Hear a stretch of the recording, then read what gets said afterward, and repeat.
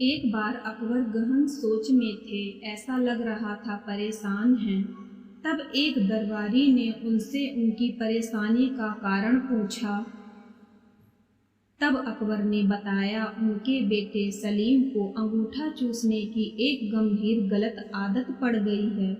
जैसे जैसे वे बड़े होते जा रहे हैं, इस आदत की वजह से हम सभी परेशान हैं। लेकिन शहजादे जिद्दी हैं और किसी की नहीं सुनते। तब उस दरबारी ने अकबर को एक संत के विषय में बताया। उसने कहा कि एक संत हैं, कहते हैं कि उनसे जो एक बार बात कर लेता है वो उनकी हर बात सुनता है और अपनी सारी बुराई त्याग देता है। उसकी बातें सुन अकबर को अपनी परेशानी का हल उस संत में दिखाई दिया और अकबर ने उस संत को दरबार में लाने का आदेश दे दिया। कुछ समय बाद संत को दरबार में बुलाया गया। उनका आदर सत्कार किया गया। तब संत ने लाने का कारण पूछा। अकबर ने उन्हें सलीम की अंगूठा चूसने की आदत के बारे में बताया और कुछ उपाय करने कहा। अकबर और सभी दरबारी टकटकी लगाए संत को देखने लगे कि वो क्या उपाय करता है। लेकिन संत कुछ देर सोचने के बाद बोला, उसे 1 हफ्ते का समय चाहिए। और ऐसा कहकर वो बिना सलीम से मिले चला गया। उस समय दरबार में महान बीरबल भी मौजूद थे। 1 हफ्ते बाद संत आया और उसने सबसे पहले सलीम को बुलाया और उससे बहुत देर बातें की और उन्हें खेल खेल में यह सिखाया कि अंगूठा चूसना सेहत के लिए हानिकारक है, इसलिए उन्हें ऐसा नहीं करना चाहिए। और सलीम को बात समझ आ गई और उन्होंने सबके बीच कभी अंगूठा ना चूसने की कसम खाई। संत ने जो बातें सलीम को समझाईं वो सभी आम बातें थीं। वो चाहता तो यह बात उसी दिन दरबार में कह सकता है, लेकिन उसने हफ्ते का समय लिया। यह बात अकबर और दरबारियों को हजम नहीं हुई और उन्होंने इस दरबार की तौहीन माना और अकबर से संत को सजा देने की मांग कर डाली। अकबर भी दरबारियों की बात से सहमत थे और उन्होंने भी सजा देना तय किया। लेकिन जैसे कि वे हर फैसले के पहले बीरबल का मशवरा लेते थे, उन्होंने इस बार भी बीरबल की तरफ देखा और पूछा कि आज तुम इतने खामोश क्यों हो? क्या तुम्हें नहीं लगता इस संत को सजा मिलनी चाहिए?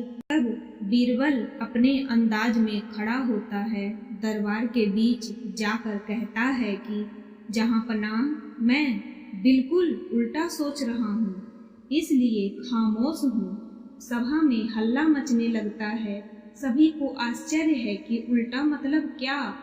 तब बीरबल कहता है, मेरे हिसाब से ये संत महान हैं, हमें इनसे सीख लेनी चाहिए और गुरु मानकर इनका आशीर्वाद लेना चाहिए। यह सुनकर सभी को गुस्सा आ जाता है और दरबार में कोहराम मच जाता है। तब अकबर गुस्से में बीरबल से कहता है, गुस्साख बीरबल, तुम हम सभी की तौहीन कर रहे हो कि हम इस संत से माफी मांगे।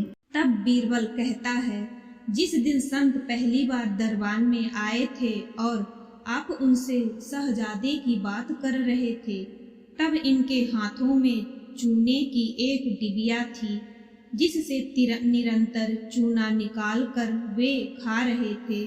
लेकिन आज उनके हाथ में कोई डिबिया नहीं है, क्योंकि जब आप उनसे शहजादे की गलत आदत की बात कर रहे थे, तब ही उन्हें अपनी गलत आदत का एहसास हुआ और उन्होंने 1 हफ्ते का समय खुद को सुधारने के लिए मांगा और अपने आप को सुधार कर उन्होंने आज सलीम को ज्ञान दिया।